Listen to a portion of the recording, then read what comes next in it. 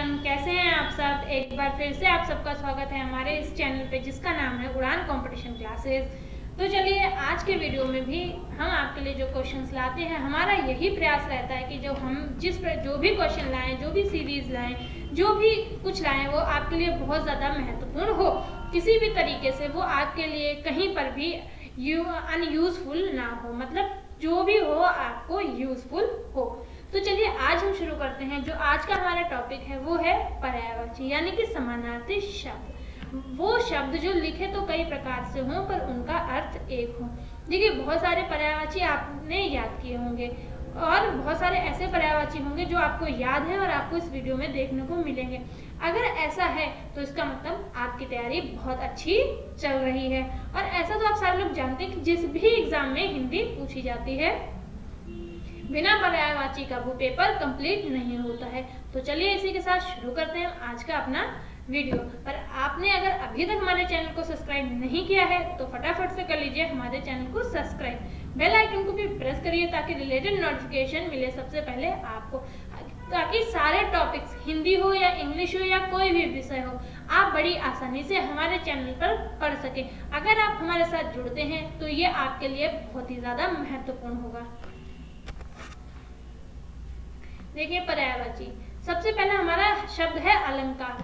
हमको अलंकार का पर्यायवाची बताना है। देखिए अलंकार से आप एक चीज समझिए, कवियों ने कहा है कि कोई भी काव्य अलंकार के बिना पूरा नहीं होता। जिस प्रकार स्त्री आभूषण के बिना पूरी नहीं होती है, यानी कि स्त्रियों को सजाने के लिए आभूषण का इस्तेमाल किया जाता है, उसी प्रकार से काव्य को सजाने के लिए अलंकार एक आभूषण का कार्य करता है। यानी कि शब्द तो अलग अलग हैं लेकिन इनका मीनिंग एक ही है। तो इसमें अलंकार के पर्यायवाची आपको बता दें कौन कौन से। आभूषण, भूषण, विभूषण, गहना और जेवर। इनमें से बहुत सारे पर्यायवाची आपको याद होंगे। जो याद है आप उन पे नहीं फोकस करिए, जो न्यू वर्ड्स निकल के आ रहे हैं और जो आपको नहीं पता है उन पे आप ज्यादा से ज्यादा फोकस करिए।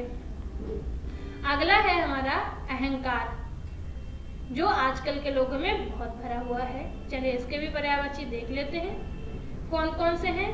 पहला है हमारा दंभ, दूसरा है गर्व, अभिमान, दर्प, मद, घमंड और मान। ये किसका पर्यायवाची? अहंकार का। देखिए लिखे तो अलग अलग तरीके से हैं लेकिन इन सब का अर्थ एक ही है, यानी कि अर्थ सबका समान है, इसीलिए ये समानार्थी शब्द हैं। अगला देखते हैं, अगला है हमारा अहंकारी। अहंकारी शब्द के हमको पर्यायवाची देखने हैं और आप सबको याद भी करने हैं, क्योंकि अगर आप याद नहीं करेंगे तो किसी भी प्रकार से किसी भी एग्जाम को कैसे क्वालिफाई कर पाएंगे। क्योंकि जो आजकल लेवल है आपकी परीक्षाओं का, जो पढ़ाई जिस हाई लेवल पे जा रही है, तो ये छोटी मोटी चीज़ों से कुछ नहीं होना, आपको बहुत ज़्यादा पढ़ने की आवश्यकता है। क्योंकि अगर आप प्योन का भी पेपर देने जाते हैं तो आपको आवश्यकता होती है कि आप IAS लेवल का पढ़ के जाएं, तब कहीं आपको प्योन की नौकरी मिल पाएगी। तो चलिए देखते हैं क्या होते हैं हमारे अहंकारी के पर्यायवाची। गर्वित भी अहंकारी का ही पर्यायवाची है। दूसरा है अकड़ू, मगरूर, अकड़वाज, गर्वीला, आत्माभिमानी, ठस्सेबाज और घमंडी। ये सारे वर्ड किसके अंतर्गत आते हैं?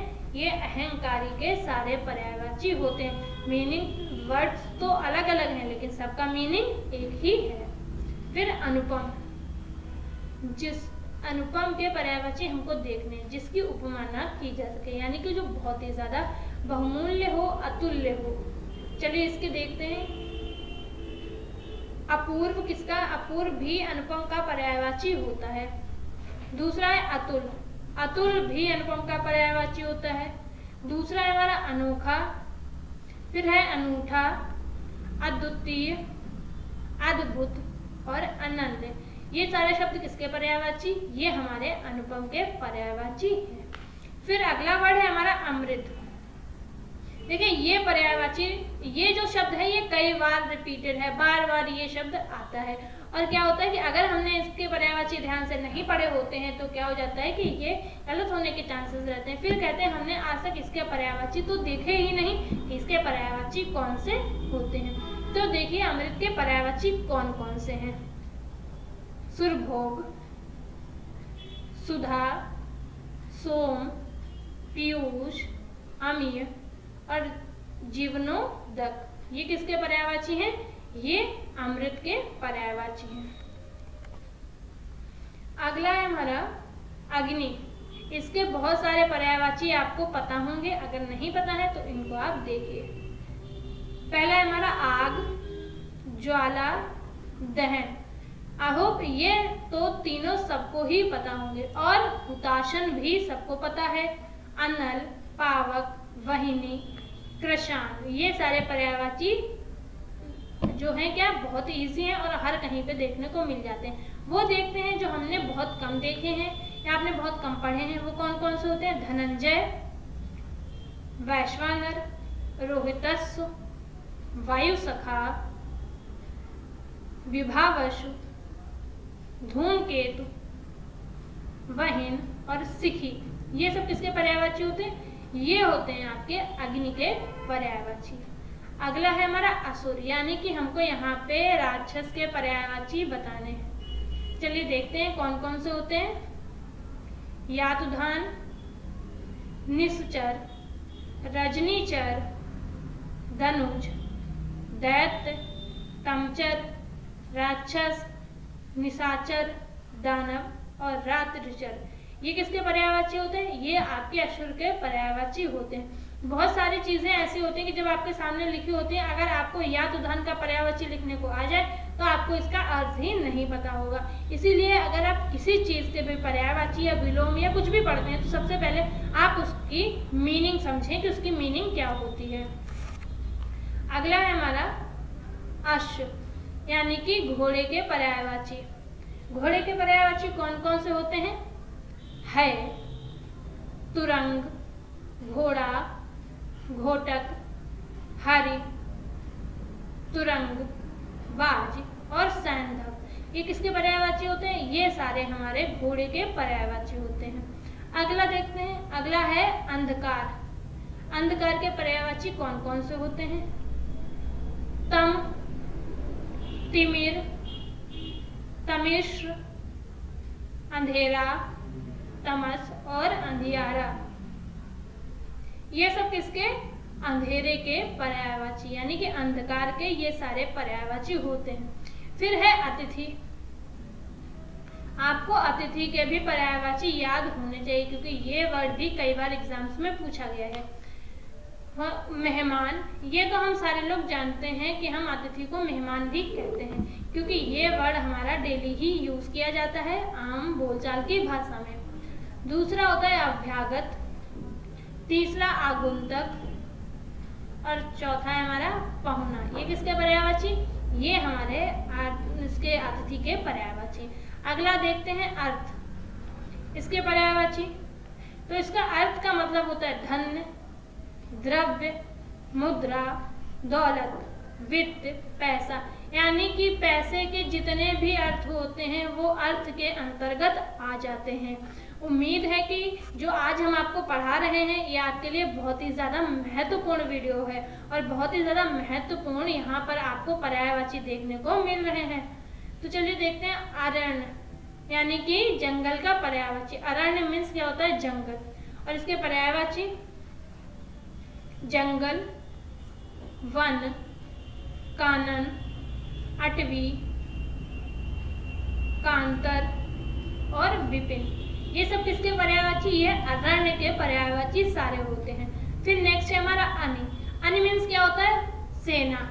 यही अगर अनि पर्यायवाची आ जाएगा और उसमें कहीं पे कुछ लिखा होगा तो शायद आपको ना पता हो अनि मतलब क्या होता है। इसीलिए मैं बार बार कहती हूँ कि जब आप कोई वर्ड पढ़ते हैं तो उसका अर्थ सबसे पहले आप जान लें। अनि का मतलब होता है सेना, फौज। तो कौन कौन से होते हैं? कटक, दल, सेना, फौज, चमू, अनिकनी, ये सब किसके पर्यायवाची होते हैं? ये अनि के पर्यायवाची होते हैं। अब देखते हैं हमारा लास्ट जो हमारा पर्यायवाची है अनादर। अनादर के पर्यायवाची देखते हैं कौन कौन से हैं। अपमान, अवज्ञा, अवहेलना, अवमानना, परिभव और तिरस्कार, ये सब किसके पर्यायवाची? ये सारे अनादर के पर्यायवाची हैं। उम्मीद है कि आज का ये वीडियो आपको बहुत पसंद आया होगा। मिलते हैं फिर से हम आपको एक न्यू वीडियो के साथ, तब तक आप सब जुड़े रहिए हमारे साथ। और आपको पता है हमारे साथ जुड़े रहने के लिए आपको क्या करना है? आपको करना है हमारे चैनल को सब्सक्राइब।